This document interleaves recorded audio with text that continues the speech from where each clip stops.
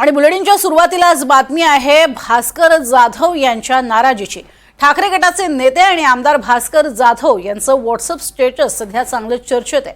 दिव्याला तेल तेव्हाच घातलं पाहिजे जेव्हा तो जळत असतो, पण तो विझल्यानंतर तेल घालून काही उपयोग नाही असं म्हणत भास्कर जाधव यांनी एक प्रकारे नाराजीच व्यक्त केली असं म्हटलं जातंय। भास्कर जाधव यांच्या व्हॉट्सअप स्टेटसचे वेगवेगळे अर्थही काढले जात आहेत। दरम्यान उद्धव ठाकरे भास्कर जाधवांना मातोश्रीवरती बोलवून त्यांची नाराजी दूर करणार का हे पाहावं लागेल। ठाकरेंच्या शिवसेनेचे फायर ब्रँड नेते भास्कर जाधव यांनी राजकीय निवृत्तीचे संकेत दिलेत। पक्षात क्षमतेप्रमाणे जबाबदारी मिळत नाही याची खंत भास्कर जाधव यांनी बोलून दाखवली। भास्कर जाधवांनी पक्षाच्या व्यासपीठावरती मन मोकळं करण्याचा सल्ला संजय राऊतांनी दिलाय। भास्कर जाधव यांच्या संदर्भात येत्या काळात काय महत्त्वाचा निर्णय होतो हेही पाहणं संयुक्तिक ठरणार आहे। दीपक को तब घी चाहिए जब वो जल रहा हो, बुझने के बाद घी डालना व्यर्थ है असं म्हणत त्यांनी एक भाष्य केलंय, ज्यावरनं त्यांच्या नाराजीच्या चर्चा उत आलाय। अधिक माहिती घेऊया देवेंद्र कोल्हटकर यांच्याकडनं। देवेंद्र, ठाकरे गटाच्या गोटातनं आता भास्कर जाधव यांची कोणी भेट घेणार आहे का? स्वतः उद्धव ठाकरे त्यांची काही समजूत काढणार आहेत का? काही कळतंय का?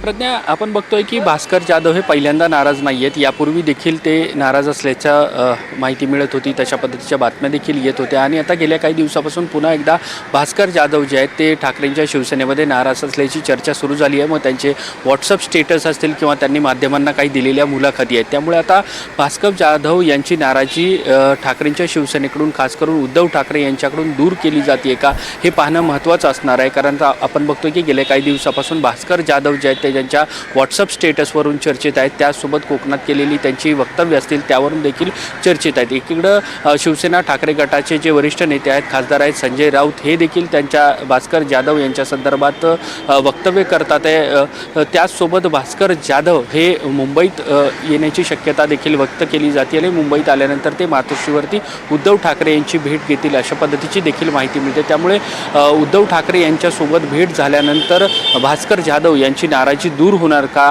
हे पाहणं देखील महत्त्वाचं असेल। नुकतंच शिवसेनेचा वर्धापन दिन सोहळा पार पडला। या वर्धापन सोहळ्यामध्ये भास्कर जाधव यांची जी शैली आहे, आक्रमक शैली आहे, त्या पद्धतीने त्यांनी भाषण देखील केलं होतं आणि शिवसेनेची एक भूमिका मांडली होती। आणि त्यानंतर आपण बघतोय की अगदी काही दिवसामध्येच भास्कर जाधव यांचं नाराजी नाट्य जे आहे ते समोर येत आहे।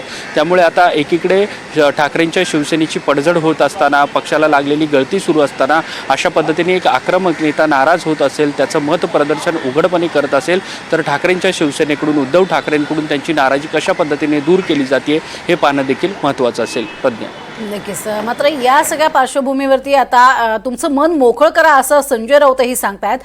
काय नेमके बदल होऊ शकतात येत्या काळामध्ये ठाकरे गटामध्ये? खरंच अशा स्वरूपाची नाराजी पूर्णपणे दूर होऊ शकते का हे पाहणंही उत्सुकतेचं असेल। तुर्तास धन्यवाद या संपूर्ण माहितीसाठी देवेंद्र।